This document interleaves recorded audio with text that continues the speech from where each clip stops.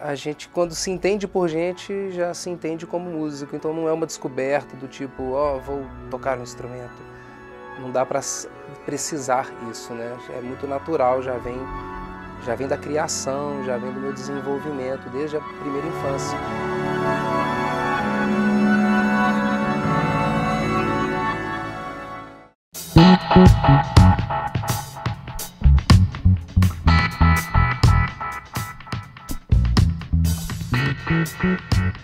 Bom, Arthur Rezende é esse aqui que vos fala, nascido numa família de músicos, né, já criado nesse berço artístico musical, tendo um avô maestro, um tio músico, uma mãe compositora, cantora, um primo também que é músico, artista, compositor, cantor, violonista, o Cadu Viana, e um carinha que sempre foi apaixonado por música.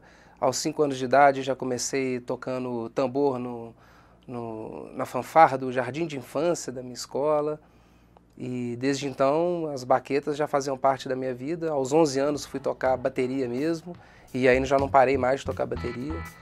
Então vou fazer 35 anos agora. E então já tenho uma estrada grande aí com as baquetas, né? Eu lembro que a minha primeira recordação de ouvir música foi uma fita cassete dos Beatles. Eu estava no jardim de infância. Então essa é a minha primeira recordação, assim, de pegar uma fita, colocar no som e escutar uma música. Era uma fita dos Beatles. Então isso também eu posso colocar como parte também desse embasamento. Apesar de que na minha tocada, quando eu vou me expressar musicalmente, Beatles não é uma influência na questão da criação, mas com certeza todos os pilares ali musicais, os Beatles fizeram parte, porque estavam lá desde a minha primeira infância, fazendo já todas as... buscando, né, já trazendo à tona todos aqueles sentimentos que a música traz e tal. Eu lembro direitinho eu escutando essas músicas e fico vidrado com elas. Eu era aquele menino que ganhava um carrinho de pilha e não me satisfazia ligar o carrinho e vê-lo brincar sozinho, né? Eu queria ver o que tinha dentro, então eu desmontava, pegava o motorzinho dele, as luzinhas e construía um outro brinquedo. Então desde também a primeira infância era desmontando equipamentos eletrônicos, no caso dos brinquedos, e construindo outras coisas. Então, quando o computador surgiu na casa das pessoas, né, e eu sou daquela geração que nasceu sem computador e quando estava ali com uns 10 anos de idade, o computador apareceu. E aí, então, me identifiquei profundamente, porque aquele era um carrinho novo que eu podia desmontar e fazer várias coisas, né? Então, era uma paixão mesmo, genuína, e com 17 anos de idade eu resolvi trabalhar com informática. Mas chegou aos 21 anos, trabalhei então 4 anos com isso, aos 21 eu pensei, pô, a arte ela tem uma questão assim, né, que se você tampa ela, vira uma panela de pressão. Então chega um ponto que não tem jeito. Você pode gostar de outras coisas, mas da mesma forma que muitas pessoas trabalham com outras profissões e tem a música como hobby, pra gente que é artista, você pode até ter outras coisas como hobby, a música jamais será como hobby. Ela é muito mais forte do que isso. E aí aconteceu essa inversão, né, de eu pensar assim, poxa, eu tinha que estar trabalhando com informática, com essas coisas, era de hobby. A música que é o meu motor ali existencial. E aí aos 21 anos de idade, ou seja, exatamente em junho de 2002, eu larguei minha profissão de técnico em informática para poder assumir a música como profissão. Então, já com esse planejamento de no ano seguinte largar a informática e ver de música, eu comecei a estudar para valer, estudar pesado. E aí um cara que me ajudou muito foi o baterista André Limão Queiroz, que foi o meu professor e ele foi o cara que me profissionalizou tecnicamente. Muito antes disso, em 95, quando eu tinha meus 14 anos de idade, eu estudei na Escola Pro Music com o baterista já falecido Mário Castelo. E você imagina só, Mário Castelo era baterista do Loborges, então eu fazia aula com o baterista do Clube da Esquina, né? Então aquelas influências que eu disse do Clube da Esquina vêm até mesmo no estudo da bateria. O meu professor, né? O nosso professor é uma das nossas principais influências no instrumento. E aí depois parei de fazer aula, né? 95, 96 parei de fazer aula Voltei só em 2001 para me profissionalizar. E aí em 2002 assumi a música como profissão. O instrumento diz muito sobre quem está tocando, né? Uma pessoa, quando ela já se vê tocando bateria, acho que as outras já podem fazer uma análise. Com certeza esse é um cara muito agitado, que não para quieto, que tem muita energia para pôr para fora. É lógico que a gente não pode generalizar, né? Há exceções e tal, mas faz muito sentido isso, né? Da mesma forma que se colocar ali 100 baixistas, será que a maioria vão ser pessoas um pouco mais calmas ou mais agitadas, né? Então pode ser que tenha alguma conexão com isso. Pelo menos comigo teve. Sempre fui um menino muito enérgico, né? Muito agitado, com muitas ideias, querendo botar para fora, aquela coisa de não parar quieto, ter que correr, ter que pular. E a bateria, o tambor, a baqueta, a sonoridade daquilo tudo, aquela explosão sonora que o tambor te dá, né, acaba causando essa identificação. Então eu acho que quando rola de você achar essa identificação, você se identifica com algo, automaticamente você encontra um equilíbrio. Eu acho que a busca pelo instrumento, né, na verdade é algo natural, de repente você está mais equilibrado naquela situação e aquilo te causa um bem, e quando você vê, não tem por que parar de fazer aquilo.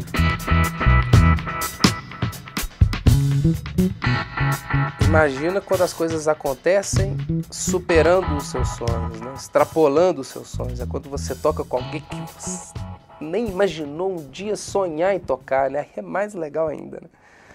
Porque ultrapassa, né? Vai num plano que nem o sonho foi capaz de alcançar. Então, quando eu tinha meus 12 anos de idade, eu não lembro exatamente, uns 14, eu não lembro, mas eu escutava muito aquele disco Noites com Sol do Flávio Venturini. Eu, jamais ia imaginar que eu ia tocar com ele um dia.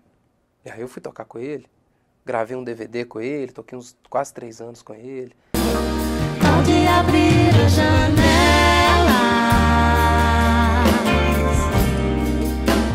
noites com sol e neblina, deixa rolar nas retinas, deixa entrar o sol. E isso ultrapassou esse limite do sonho. Nunca imaginei, nunca sonhei que um dia eu ia tocar com Beto Guedes, com o Toninho Horta. A luz das pessoas me faz crer que eu sinto que vamos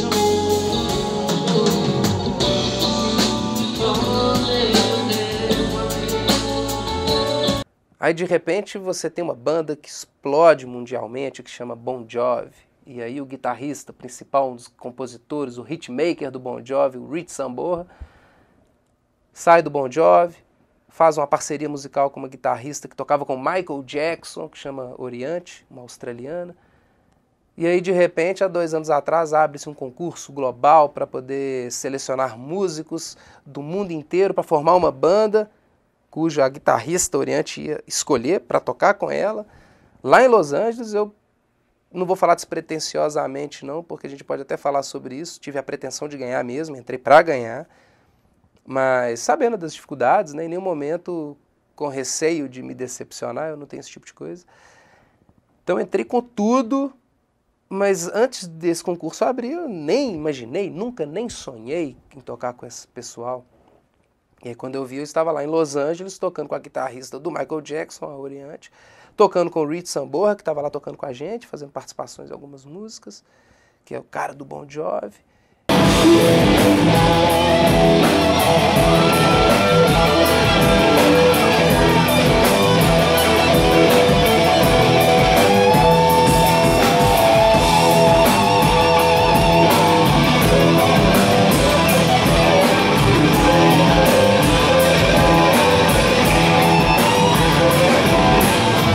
E o Dave Stewart, que é também um produtor musical, um cara muito importante na indústria fonográfica norte-americana, que também tocou com a gente, o Dave Stewart. Então imagina, né, ultrapassou os meus sonhos, né? Se eu for falar do que eu sonhei e realizou, é menor do que essas coisas que eu nem sonhei e realizaram. E eu fico buscando essas coisas. Ultimamente eu tenho um sonho, e está bem no plano do sonho, porque é uma coisa muito, muito difícil ou improvável de acontecer, ou impossível de acontecer. Mas toda vez que eu me apaixono por alguma coisa, eu mergulho de cabeça e fico nessa ansiedade, né? Então imagina que eu estou estudando um pianista armênio que chama Tigran Ramazyan, que também me apaixonei pelas músicas dele. Ritmicamente são composições muito ricas e tal, né? Complexas, virou um grande motivo de estudo. E aí quando eu vi, eu já estava querendo entender as músicas.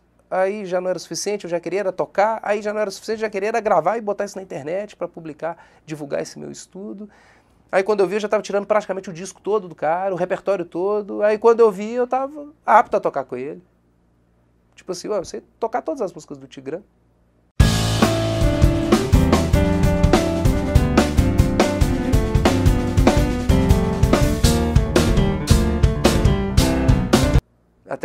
Até 3 meses atrás eu não ouvia a música e não entendia. Então se você for perguntar assim, o que você sonha? Eu falo, hoje um sonho seria tocar com o Tigran, né? Imagina que já está fácil por um lado. Acho que o mais difícil, nem vou falar mais difícil, porque é tão improvável o fato acontecer, mas uma coisa muito difícil eu já resolvi, que é entender as músicas, aprender as músicas, saber tocar as músicas e ter o repertório debaixo da manga, né? Então isso já está acontecendo. Seria um sonho realizado, tocar com ele um dia. Minhas referências, como eu disse no comecinho da entrevista, vem primeiro daquela base familiar, né? Porque se for referenciar, começa daí. Depois todos os artistas do rock nacional, estou falando assim, não nessa ordem cronológica. Depois da MPB, todos os artistas e as músicas, né, as composições são as grandes referências. Eu sempre tive como as maiores influências as composições e não quem as cantava ou as tocava, né? Depois, na fase de estudo da bateria, que vieram as referências assim dos instrumentistas, dos bateristas em si. E aí eu posso citar assim como referências nacionais, primeiramente os meus professores, o Mário Castelo, o André Limão Queiroz. Depois que eu tenho como professores, mas eu não tive aula, mas me sinto como aluno, porque sentava ali em cada show e assistia aqueles caras tocando e aprendia muito com eles, né? Que é o Lincoln Shabe, o Esdras Neném Ferreira. Então esses são os músicos, os bateristas daqui de Belo Horizonte que mais me influenciaram. E aí já abrangendo nacionalmente a gente tem o Carlos Bala. Imagina que eu já escutava Djavan, já tocava Djavan, eu não sabia, mas era o Carlos Bala que estava me influenciando. Nem sabia que o nome do baterista do Djavan era Carlos Bala na época. Era aquelas músicas que eu gostava, pensava na música. Mas eu estava tirando aquela bateria ali. E aquela bateria quem compôs foi o Carlos Bala. Depois que eu fui entender isso, quem me influenciava já era o Carlos Bala, muito antes de eu conhecer, né? Renato Massa, Kiko Freitas, e assim, né? A gente pode sair aqui falando vários nomes. Internacionalmente, o nome mais relevante, que mais me encantou tecnicamente, foi o cara assim, que me motivou para debruçar nos estudos mesmo e desenvolver a técnica. Esse cara foi o Dennis Chambers. E também o Dave Weckl e o Omar Hakim. E depois, posteriormente, Mike Mangini, Virgil Donati, Thomas Lang e todos esses super-heróis técnicos, né? Os caras têm superpoderes. E esses superpoderes, que é o virtuosismo técnico, né? Porque virtuosismo todo mundo já pensa assim, velocidade. Não, virtuosismo são as virtudes. Isso é uma coisa que muito interessante também, né? Porque quando você chega, quer dizer que acabou. E na verdade eu não quero chegar, eu quero continuar caminhando. Eu não quero chegar. Eu não quero vencer na vida. Não quero que tenha um fim, né? Não penso nisso. Esse lance de vencer na vida é muito interessante, né? Porque você já fala, então, já fica intrínseco uma competição. E se você vencer, necessariamente alguém tem que perder. E para mim isso aí já está tudo errado. Então esse chegar é muito relativo. Assim. O que eu penso é nessa caminhada e o que eu gosto de tentar ir trabalhando enquanto caminho.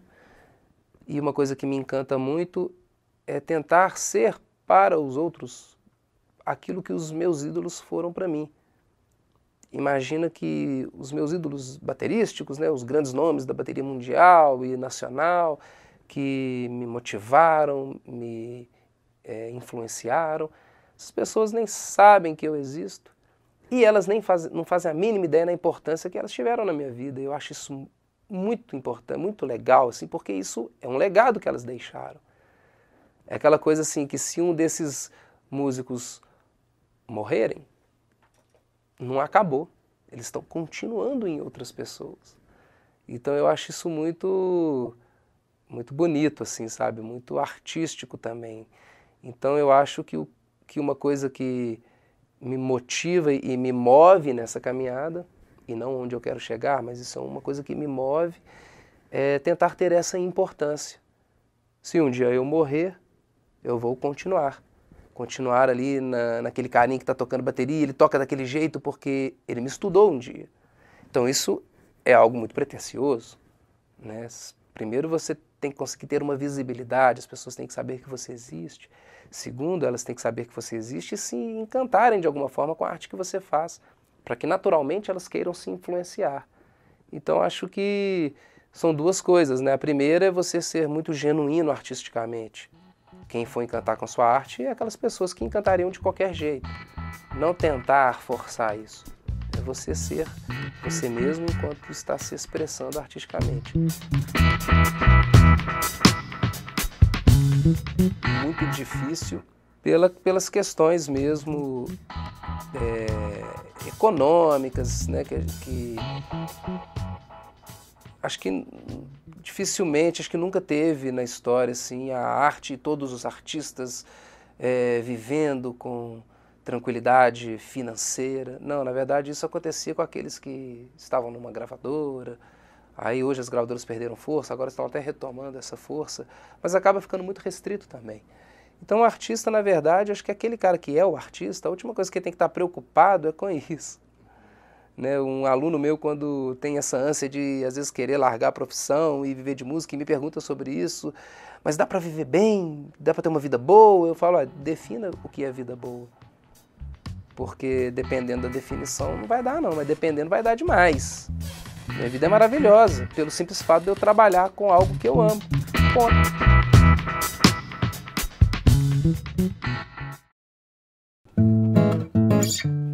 O Arthur Rezende é um cara que tem muita experiência para compartilhar. Além de ter tocado com grandes nomes da MPB, do rock, ele é um músico que entende muito bem do seu instrumento. Tem uma vastíssima cultura musical, técnica, habilidade e faz da arte o seu estilo de vida. Bater esse papo com o Arthur só me fez ter mais certeza do quanto excelentes temos que ser em tudo que fizermos. E se você, assim como eu, gostou dessa entrevista, então se inscreva aqui no canal, curte esse vídeo e compartilhe essa história, para que outras pessoas também sejam alcançadas. O próximo pode ser você. Um grande abraço e até a próxima.